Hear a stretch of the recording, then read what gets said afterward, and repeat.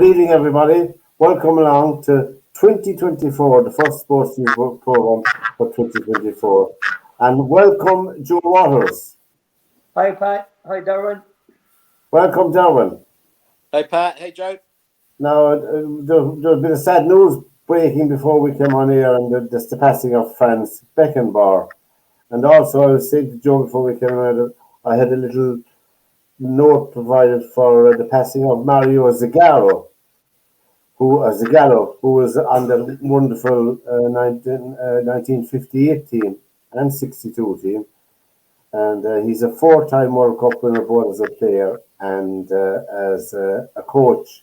There's only been three men, I think, who's done that. Zagallo was one, Franz Beckenbauer, who passed away today, was one, and Didier Deschamps is the other fella in France. So there's only one of them alive now, which is sad. But anyway, we're going to be looking at soccer, golf, tennis, darts, whatever comes into our head.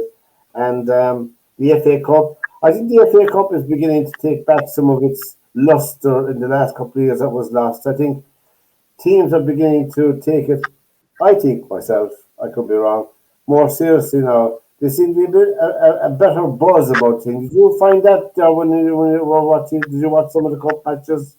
Yeah, I mean, I've just watched the draw as well. I mean, you've got Newport County or Eastleigh versus Wigan or Man United. How about that? That would be a big deal for Wigan then, wouldn't it? Oh, could you imagine if Wigan win tonight? I mean, Ten Hag's probably going to get the boot. And then they'll be going off to play either Eastleigh. Imagine if Eastleigh beat Newport. Yeah. And imagine if United win tonight and Eastleigh win. You've got United going to Eastleigh. I mean, wow. Yeah. Anything could happen. And to be like, was it the wonderful Sunderland back in the day?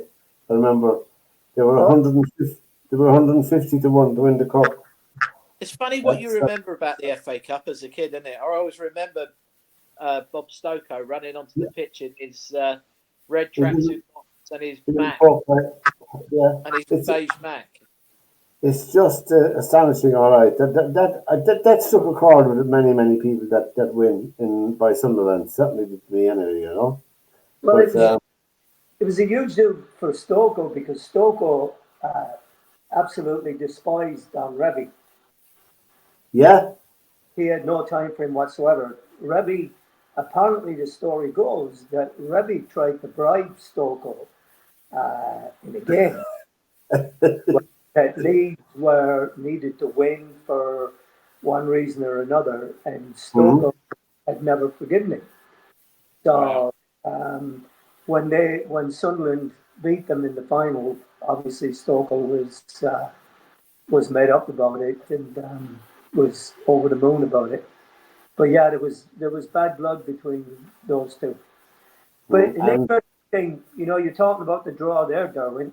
I saw that some people have been proposing that they may seed the third round. Yeah. Of the FA Cup. What do you think of that? I think that's shocking. Yeah. To be honest with you, because what they're saying is that they'd seed it so Premier League teams wouldn't play another Premier League team. Right. And you sit there and, I mean, the opening thing that we've just talked about there is Eastleigh managing to beat Newport, Man United beating Wigan, and Eastleigh, from South Isthmian League or whatever, getting the chance to beat Man United. I mean, exactly. That's their whole season, their whole couple of years, Well, it's not just that though, is it? It's like they were saying about Maidstone United getting through to the next round. It's basically paid off the whole of the of the football club. It's paid the debt off for the stadium and everything. Just them getting through the third round. Yeah, I know. The clubs need money, don't they? I mean, the Premier League's got the money. It doesn't need any more money being thrown at it, does it? No. Well, no, it doesn't. And, I mean, the beauty of the FA Cup, and I mean, you've been around it for long enough. Around it. I mean, the buzz that would always lead up to the third round draw of the FA Cup was always huge. And the week leading up to it was absolutely massive. It was. When the draw came out and you had some of these, lower league teams getting a top team for a home game or an away game, it didn't matter back then. Then it was a huge thing. I remember when we were in the third division and we had to play the first two rounds of I played in every round of the FA Cup except the final, the only one I haven't played in. And we had to play the first round against Chesterfield, who were in the top four in the third division at the time with us. In the second round, we had to play Sheffield United, who were in the top four of the third division, same as us. Yeah. And we managed to beat both of those, and we got Liverpool at Anfield for our reward. But, we lost 5-0, which, is neither here nor there. They were European champions and league champions at the time. They were a fantastic team. But there was 25,000 people from Grimsby went to Anfield that day. Yeah. Why wouldn't they? It's the occasion. It's the history of the occasion. There's a lot more than winning, as Bill Shankly said. It's not about life or death. It's a lot more serious than that. No, I grew up in Wembley. I grew up, 500-600 yards away from the stadium, and you sit there, and the FA Cup to us as kids was always really special. It was a big day in Wembley because, and you'd be up early in the morning watching it, all the build up for it, and all the rest of it, and we could hear the crowds. That's how close we are. Abide with Me. You could stand in our front garden and listen to Abide with Me. Yeah. When they were singing it, and I've got so many little memories as a kid about the FA Cup, but I have one standout amazing memory about cup finals and different things like that. When Liverpool played, I want to say it was Mönchengladbach in Wembley in the late 70s. It would have been somewhere like 77, 78 when they play. I'm sure it was Mönchengladbach. They played in Wembley. Coming home on the bus, a London transport bus, coming home from school, we turned round outside the stadium and went up Wembley High Road, and it was just a mass of red shirts from Liverpool fans. It's just unbelievable. You sit there and you think to yourself, Eastleigh and Newport will be sitting somewhere tonight going, oh my God, what a game this could be for our next game, isn't it? Yeah. And Joe, surely that's got to be inspirational for a young footballer. Oh yeah. For sure. I think that game you're talking about was, wasn't it Bruges that they beat at Wembley in the European Cup final? Was it Bruges? I couldn't. Yeah. I think they beat Bruges.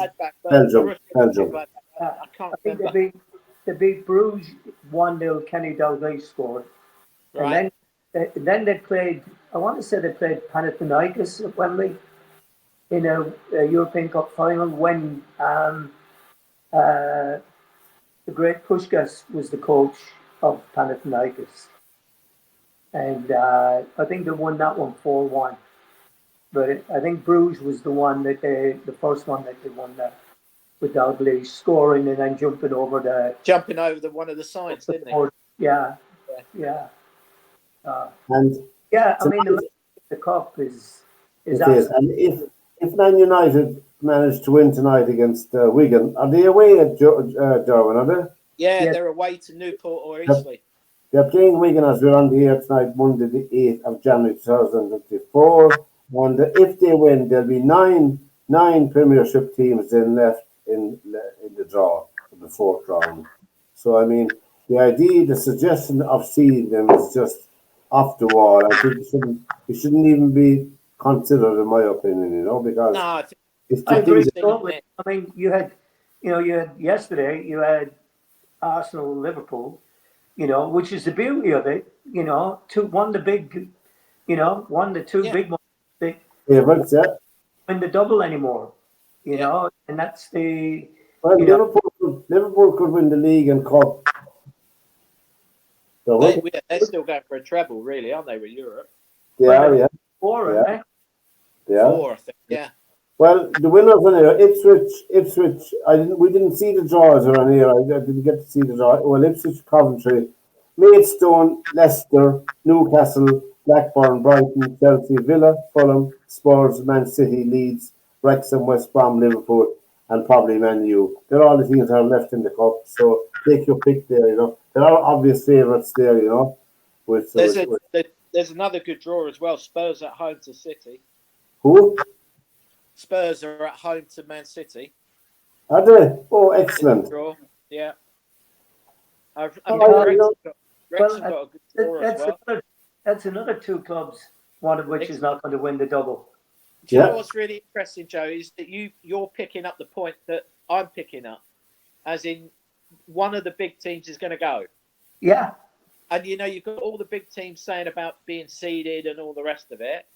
And then you've also got this other load of nonsense, in my opinion, where they're saying that there won't be replays. It will go straight from 90 minutes straight to a penalty shootout because the big teams have got too much congestion.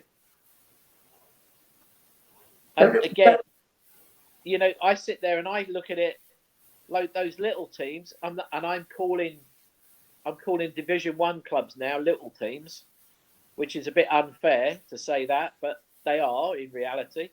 Yeah. Financially. That replay is still worth a lot of money to them. It's worth a huge amount of money to them. Yeah. And you sit there and I think it's like arrogance that the Premier League want to change the whole face of the FA Cup to suit themselves. Yeah.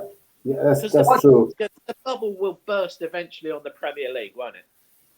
Well, it will. It's like golf. It's like the most sports. It's like what we were discussing last year on the program.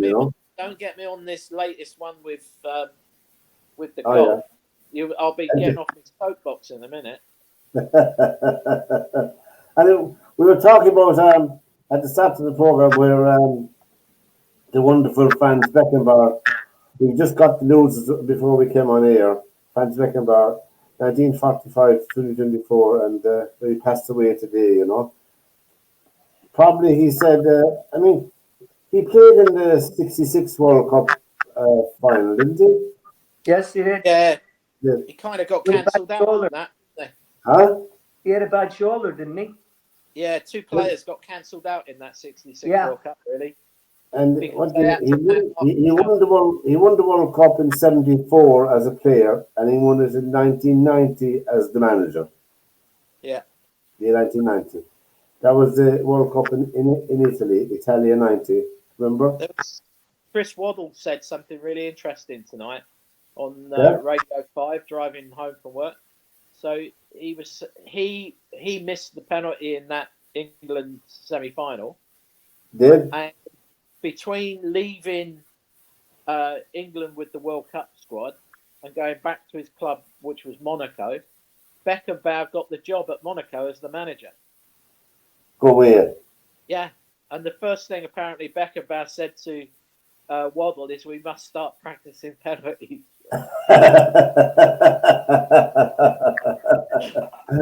very good. That was a good welcome. Well, the other giant figure in soccer who passed away a few days ago was Zagallo, Mario Zagallo from Brazil. He's there now with his. Of course, they were the first team. They've won the tournament 5 times, 4 or 5 times. That's Brazil, and they got to keep the Jules Rimet trophy. That's Mario Zagallo, who was a winger himself. And of course, he was on that 1970, which is considered one of the best World Cup teams of all time. The 1970 team, Felix in goals, and you had Carlos Alberto, Brito, Piazza. I'm reading them off here; they're not in my head. None of them are in my head. And Everaldo, Cardonio, Gerson, Tosteo, Pele, Rivellino. I mean, what a team to be managing and playing in. What a team in 1970. And Zalgaro, he was 92 when he passed away. But I mean, I think that Pele, deservedly so, obviously, was World Cup football. Pele overshadowed an awful lot of players who we didn't get to talk about an awful lot, and that's our own fault in a way, you know. But you had players on that Brazilian team with Pele who were, I won't say as good as, but were equally important, you know. And one of them Have was you Gallo. So, yeah. have you two ever watched the documentary on Garrincha? No, No. Garrincha was a part of that 58. Not sure if he was both the 58 and 62 World Cups, but yeah. Garrincha, I think he had polio in one leg, and he is considered in Brazil to be even better than Pele. Wow. For what he did Yeah. in that. He was an absolutely outstanding, brilliant player. Yeah. He could go past people like they didn't exist. It was absolute.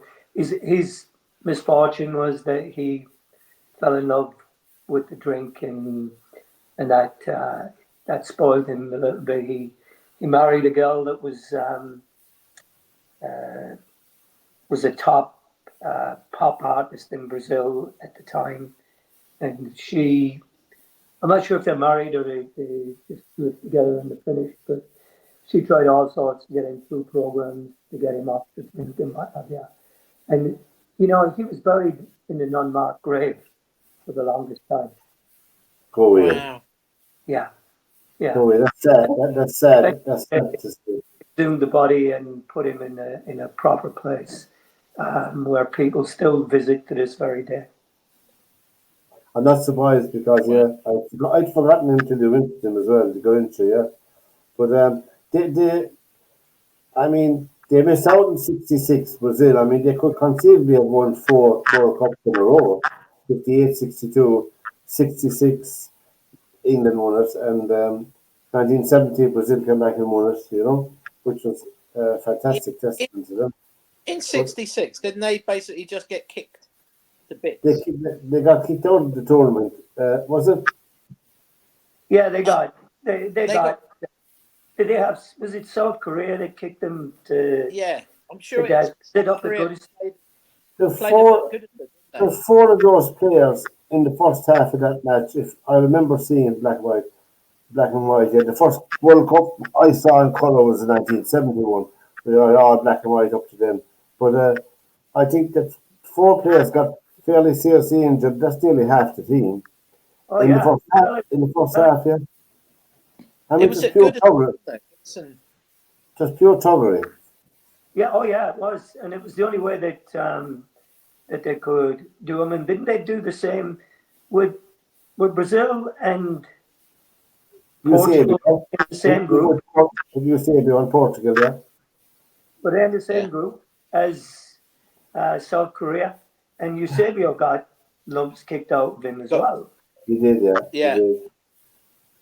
He was running away most of the time from the world towards it because, I mean, it was pure tuggery in that World Cup. I mean, okay, there's hard men in soccer, as you know, Joe. You played in the 60s and 70s. We knew all about the hard men, but this was not hard men. This was not man-to-man tackling. This was utter violence against the other team. Oh yeah, There's no doubt about it, you know. But anyway, England came through, and but that was a very good English team. Very good English team that won the World Cup in '66, you know? Yeah, and people don't realise, but the English team that played in the final was not the English team that started the tournament. No. And everyone kind of tends to forget that a little bit. Everybody forgets about Jimmy Greaves, don't they? Yeah. Jimmy Greaves. Oh yeah, Jimmy Greaves. Was he injured? Yeah, he had a big gash down his right leg. Yeah, he played in. Did he play in the first match?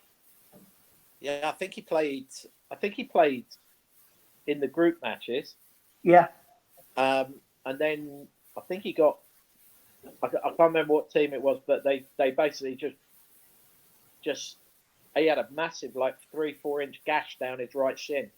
So I've got a book here about the history of Wembley and stuff, and they've got a great picture of him in the bath at Wembley, but they've got a bar stool in the bath, and he's got his right foot up on the bench to keep it out of the water.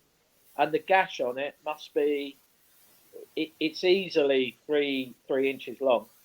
The gash on his shin. Did he fall? England played in the round robin. England played. Yeah, I think Mexico.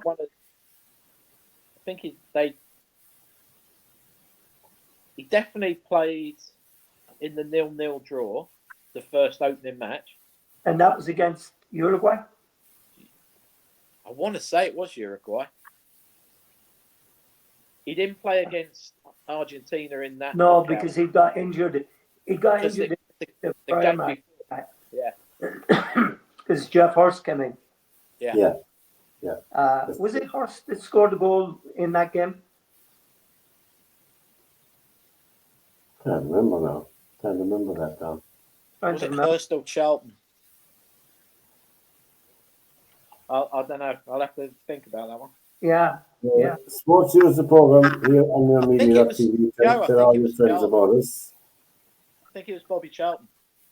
Was it Bobby Charlton? Yeah, because they won 1-0, I think. Yeah, it was 1-0, and it was a header from a free kick, wasn't it? Bobby Charlton scored that, all right. I'm convinced it's Charlton. That's Charlton. Another world class player, Bobby Charlton. An underrated lot, I think, in there myself. But Sports Use the program on your media TV. Tell all your friends about us. Press the red button on the right hand side to subscribe to our channel, and thank you for all the people who do so. We're here every Monday night, and we're on air on Monday, the 8th of January 2024. The FA Cup match between Manchester United and Wigan is 0-0 so far, anyway, And the winners will have a difficult draw according to Derwynne between Manchester United and Wigan. They'll have a tough draw in the next round. Yeah, I just think it's magic. United might win tonight. I mean, I can't believe I'm even saying might. It's Man United versus Wigan. It should be, it should be a dead cert, shouldn't it? Sure. That they win. But, I'm sitting here as a Man United fan thinking to myself, well, they could lose this quite easily because, we're going to have got all these young lads who are going to be trying to make a name for themselves tonight. And it's a little bit like, Joe, you probably know the answer to this question. I would have thought, I mean, you played at the top, so you sit here and I think to myself, if you play for Man United, you play for Liverpool, maybe Arsenal, I'm not sure. Let's just say Man United and Liverpool. Every time you go to play at Anfield or Old Trafford, it must be like playing in a final, isn't it? Oh, yeah. It's got, maybe what I'm trying to say is it's got to be a bigger buzz going to Anfield or Old Trafford than it is going to the Dell or something. Oh, yeah. I mean, it's like everything else. There are games that are season-defining games, and they're the ones, that, and of course, it's down the years, it's been different. I mean, at one point, going to somewhere like Goodison Park when Everton were the tops in the late 60s. Yeah. That was another great one. It had the feeling of a different game about it, but certainly, United and United Liverpool, United City when they were rivals back in the 60s, 70s. Everton playing Liverpool, Everton. I mean, that was the Merseyside derby was a huge game for years. Arsenal and Arsenal wherever they went, and then Arsenal Tottenham in London was a huge game. So you knew when you went to those stadiums they were all always something special, and yeah. But yeah, and you're right. I mean, going to other grounds, that was the difference between some teams winning the league and not winning the league because they didn't perform at the grounds they were expected to win at. They'd fall short because they didn't have the the psychology to get through those games, and take them what they needed to be. And so, yeah, no, that's very true.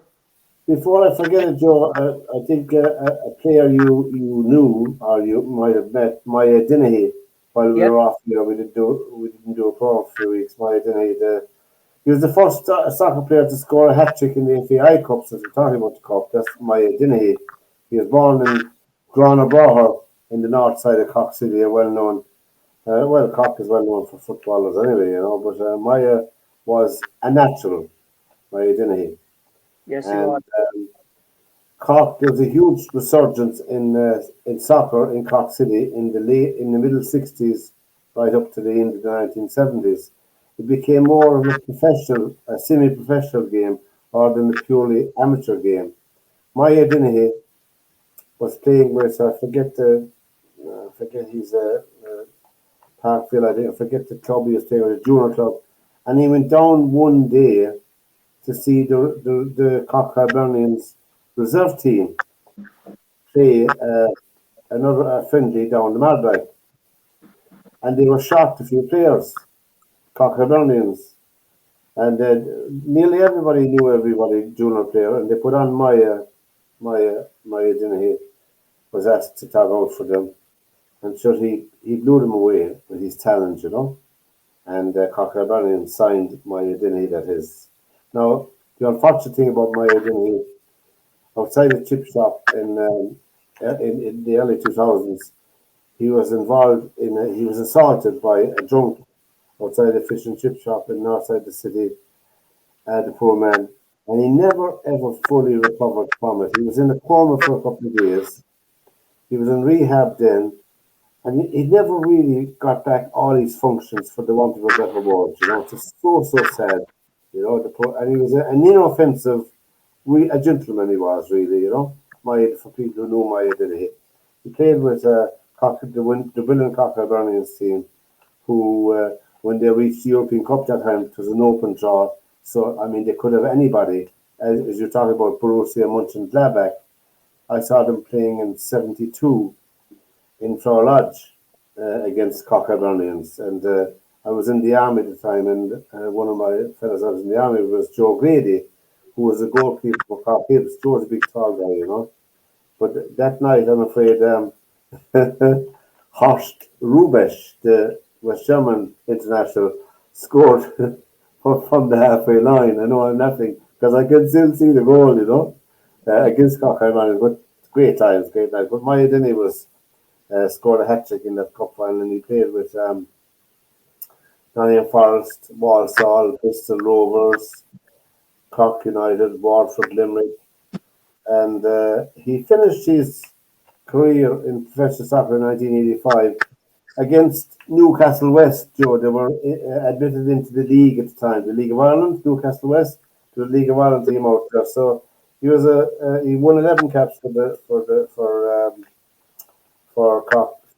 Ireland. He was capped 11 times for Ireland, and he won the league with Cork Hibs in 1971. It was a very elite time for Cork until they bought Dave Bucuzzi and John Lawson, Carol Davenport, all those guys into the team, Oh, yeah. all names, and they beat Sligo Rovers 3-1, which that cup final was against Waterford, the brilliant Waterford team with Thomas in goals and Alfie Hale and all those players. You remember most of those, Joe, Yeah, Matthews, all those Yeah. guys. Johnny Matthews. Jimmy Oh, McGee. Yeah, I used to watch those guys all the time in the markets too. yeah. Oh, gee, man. It was a golden time for soccer for League of Ireland soccer in the Yes, 60s and yes, 70s.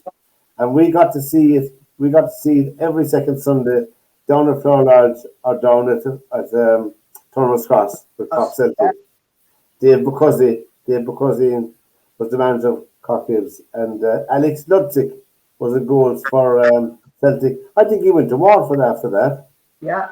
Who Alex Ludzik. did Donny Wallace play for? Tony Celtic? Wallace, yeah. Noel O'Mahony. Yeah. And North Villa was the team I was trying to think of. They're still in junior soccer, and they're well known in junior soccer. And he lined out at the age of 51 for Village United. He was still playing at the age of 51, low junior soccer. That's my identity, you know? That's fire for you. He was he was the nicest guy you could meet. Yeah, absolutely. Nicest guy you could meet. He actually cost me an international cap. Hmm? Yeah. Did he? He cost me an international cap. We were in Turkey. We were playing Turkey in Izmir, and both of us were on the bench. Uh, Shea Brennan was the coach for the team at the time, and we're in the game.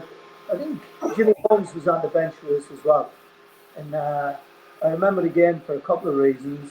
One was that John came over and he said, I want a midfield player sub," and the bomber Shea Brennan jumps up and he says, Maya, get ready." So Maya gets up and he goes over, and John comes to the sideline and he says, "What's Maya doing here? I asked for a midfield player. I wanted Joe Waters." And he says, "Oh, sorry, Joe, get ready. John went, "No, it's all right. Maya's ready. He can come on now." So,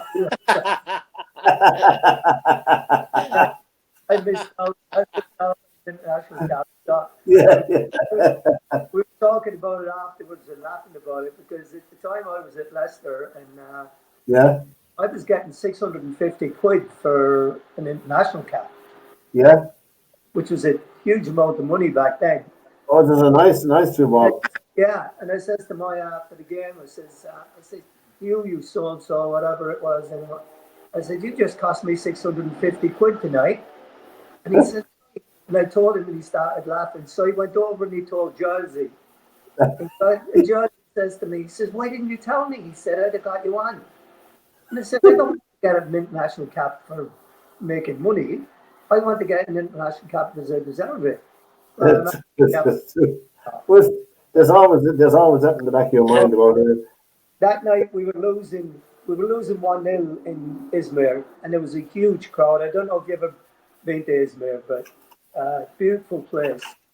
And we equalise, and Jimmy Holmes gets up and he starts giving the V to the crowd.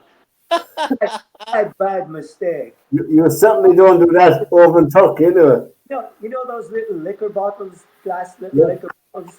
They come showering out of the stands down the top of us. All the out over our heads so we get split. Yeah. I'd forgotten about him, Joe, Jimmy Holmes. Yeah. I think that was the night we went into the changing room in Izmir. Ray Tracy was with us, Lord of mercy. Another great. Yeah, number 8 Tracy. We go into the dressing room, and straight away we all make for the toilets. Well, in Turkey, they only have a hole in the ground for the toilet, right?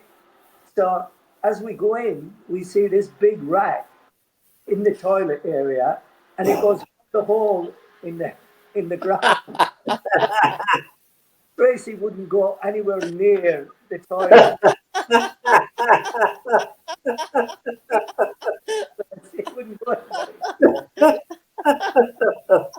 anywhere. I'll tell you, you hadn't your international cap that time. Oh, Joe, you tell a funny story about the dressing room in Turkey with a hole in the ground. I'm playing in Bangkok in the Thai Open. Yeah. And I've got a bit. I'm playing on the front 9. I'm playing with an American. It's the third round of the Thai Open. I'm playing with an American pro called Tom Panisse Jr. So I've literally kind of on about the 4th or 5th kind of gone, "Oh, my stomach don't feel too good. Oh, wow, it's baking hot. I mean, it's like total humidity and like 100 degrees." And I've gone, "Oh no, this isn't good." And I've literally played like 3 holes where I can't go full out at the ball because I'm nervous, right? So because you could pop. I hit the ninth was a par 5. What I can't remember the name of the golf course, but in Bangkok. But I hit the green in 2. I literally said to Tom, I said, Tom, I've got to go here. This isn't good. And he's pitched onto the green, and as his ball lands on the green for his 3rd shot, I've actually putted up to the hole with my putt, and his ball has literally only just about stopped rolling, right? He comes up onto the green, and I've got to tap this in, and I've got to go. I've got to go to the toilet. I'm going to be really ill in a minute. And he's gone, yeah, go. So I tap in, leave the ball in the hole for the caddy to pick up, and run to the toilets at the halfway house, right? I run. In my haste, I've gone round the wrong side of the halfway house, and I've gone into the locals' toilet rather than the Western toilet on the other side. Yes. So I've got the worst upset stomach coming. You know when you've got this is going to be good, and I'm in there and I've got my trousers down and I'm like, holy crap! How'd you do this? There's nothing to hold on to. I don't know how to squat. Anyway, I have got the runs like you can't imagine. I've made a total mess of myself in an attempt to try and get it in the hole in the ground, right? I don't know how to do this, right? So I've now got my head round the side of the door in the halfway hut shouting on my caddy. The caddy comes across with my bag, and I've said, you're going to have to give me doesn't really speak English. I've got grab the towel off my golf bag and tidy myself up. I throw my trousers and my pants into the corner of the bathroom because they're not wearable anymore, right? Yeah.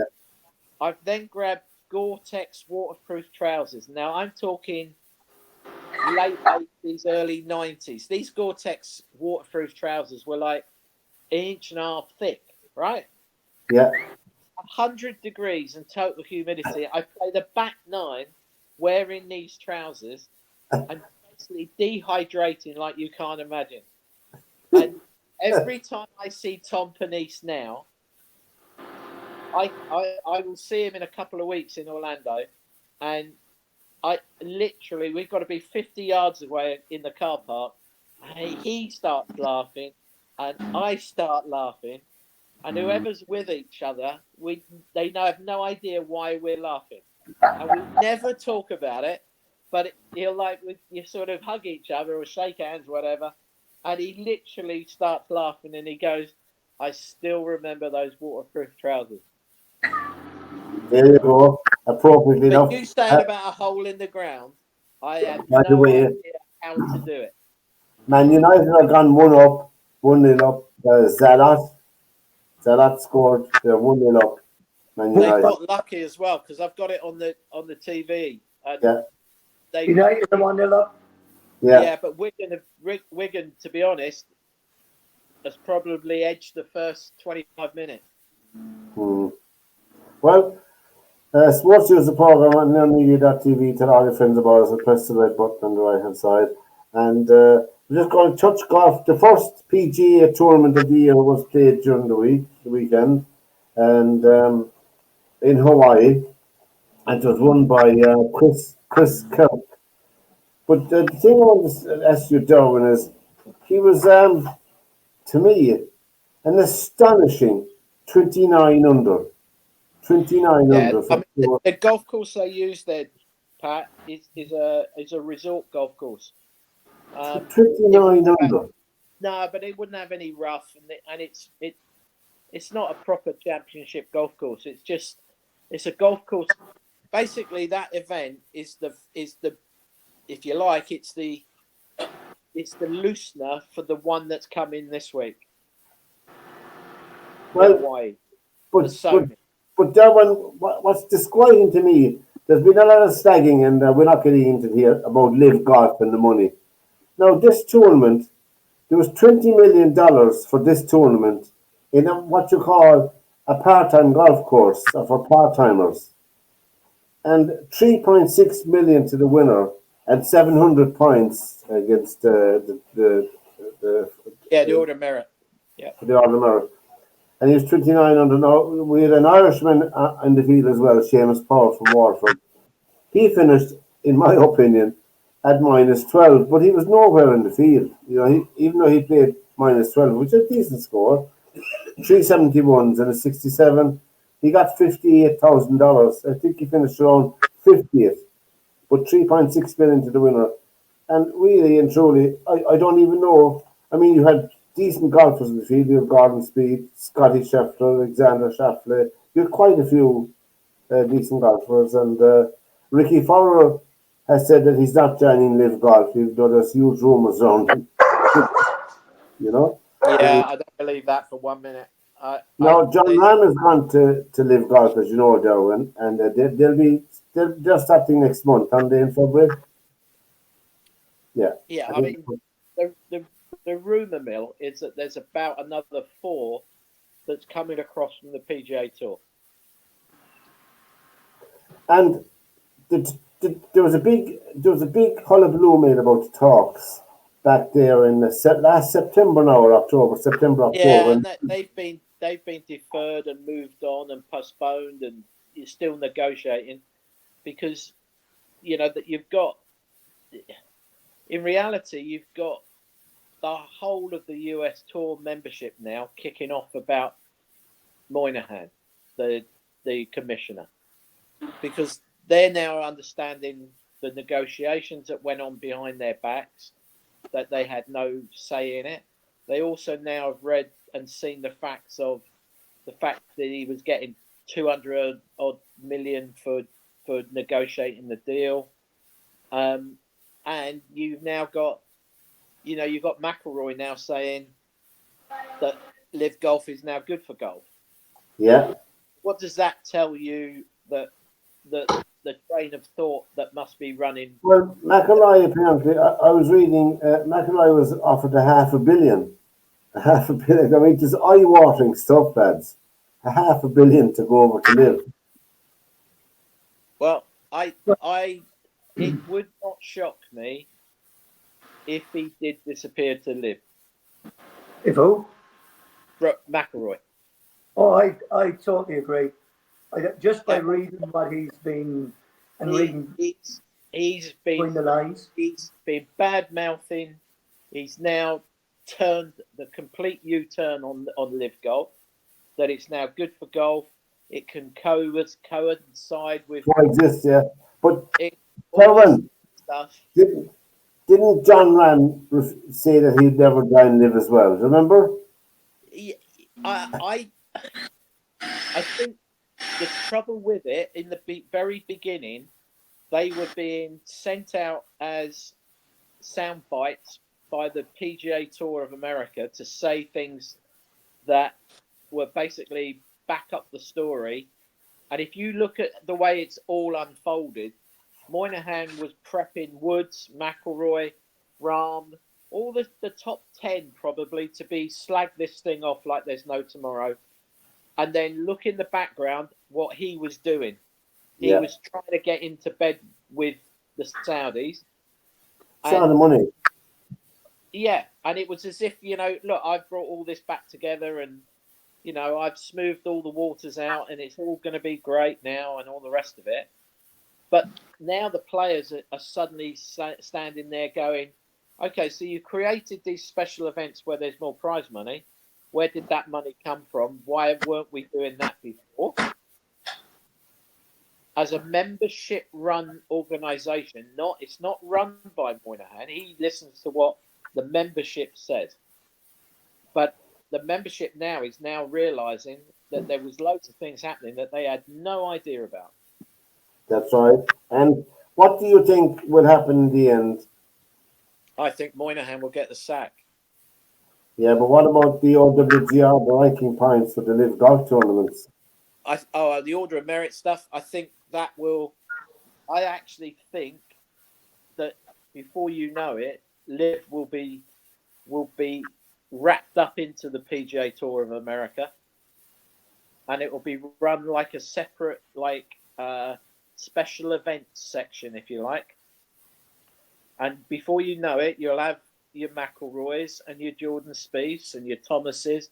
All these people who flagged it off will all be running tails between their legs. Because as we know, money talks. You've taken the word straight out of my mouth. I mean, you know, that the amount of money that's being offered to go and play on LIV for some of these players. Rahm's done it. He hasn't done it because he's fed up with playing golf. He's done it because he's just basically secured his grandchildren's future, let alone his future. Yes. I mean, his grandkids aren't going to work, are they? Let's face it. Right.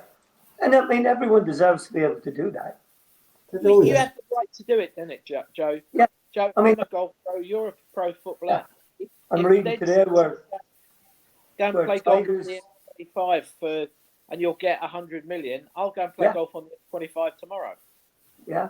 I just saw today where Tiger's 500 million with Nike just finished. Yeah. So he's probably, if he's going to be, maybe he'll have a part somewhere over there with that. I mean, he's going to want to get back. So I mean, I don't blame any of these guys for.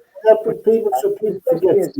Moynihan was greasing the skids for himself. Big time, and it's all starting to unravel. Yeah, I mean, what kind of? I mean, well, we know what his profession is, right? Yeah. Yeah. So that's no shock, right there. But you, like you're saying, I mean, he holds a position at the mercy, really, of the membership. Yeah. The membership out of the PGA, right? Yeah. So he goes around and he does this in the beginning and gets all these guys to do their talking and what have you. And then when push comes to shove, he's behind the scenes lining his own pockets when he's telling the guys that they shouldn't be doing it for themselves. That's true. It's just professional sports and all of it. You know, it's every man for himself, really. Yeah, I mean, the hypocrisy of it all is unbelievable. And, you know, you play football. Yeah, it starts. I'll do it on my own behalf. You play golf, you turn pro because you love it and you've got ambition and all the rest of it. Eventually, it boils down to I want the money out of it, not so much the love of the game anymore. And I'm sure there's footballers out there, Joe, who, you know, I'll go and play for that team because I'm going to get a sign-on fee and I'm going to play for them for 2 seasons and I'm going to earn, I don't know, millions out of it. I get it, right? Right. As a 14-year-old and a 28-year-old, there's 2 different brains working there. At 14, you've got all I just want to play for Man United. I want to play for Bristol Rovers, whoever. At 28, if you're playing for Bristol Rovers, you're probably earning a nice living. It's better than going down the coal mine, isn't it? Right. But if you're playing for Man United at 28, you are earning a fortune. Yes, you are. And when somebody says to you, you can't play for Man United anymore, I would imagine those conversations about contracts is more not about what number shirt I'm wearing. It's about how much am I getting paid for the next 5 years. Yeah. And I think we all go, you know, we all play sport because we love the sport and all the rest of it. The money bit comes in there at some stage.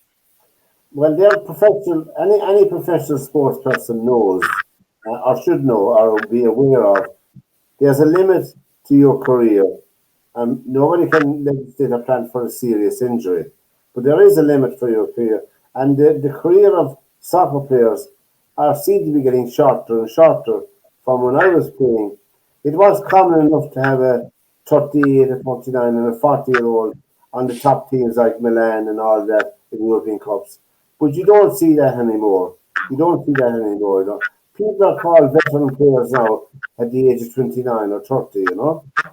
So, I mean, people have to plan for the future, particularly if they have a family to look after and all of that. So, I don't blame professional golf. I mean, the thing that annoys me about about the whole of Live and the Tour and the world ranking points is that you've got somebody who's so far out of touch with professional golf running the world order of merit, as in world ranking points, who is massive establishment. He was the secretary at the R&A. You can't get much more establishment than that. No. You know, if you walked into the R&A building without a tie on, he would have been the first person to walk down and say, "You've got to get out and put your tie on." Yet he's now dictating to Live if there'll be any point. And I'm sorry, there's enough silly events on the European Tour. There's enough silly events in Asia, Australia, South Africa that have got ranking points to them. Absolutely, they were making that point. And The Golf Channel itself, Derwynne, the Golf Channel to me, a lot of the presenters on the Golf Channel, I watch it a lot, is they're utterly out of touch. Yeah, but who's one of the biggest benefactors from the Golf Channel? He's here. Who's the biggest benefactor from the channel? The PGA Tour of America. Yeah. Tiger Woods. The PGA Tour of America. Yeah. They earn a fortune from the Golf Channel because without the Golf Channel and without a couple of like CBS, probably ABC, NBC, or yeah. NBC, there is no TV without the Golf Channel, really. And those TV companies, they're all selling, like CBS and NBS and NBA or whoever it is, they're all selling their coverage to the Golf Channel. Yeah. So the Golf Channel are paying for that. Who's attracting all the sponsors? What keeps sponsors wanting to get involved in golf? Is that TV exposure? Players.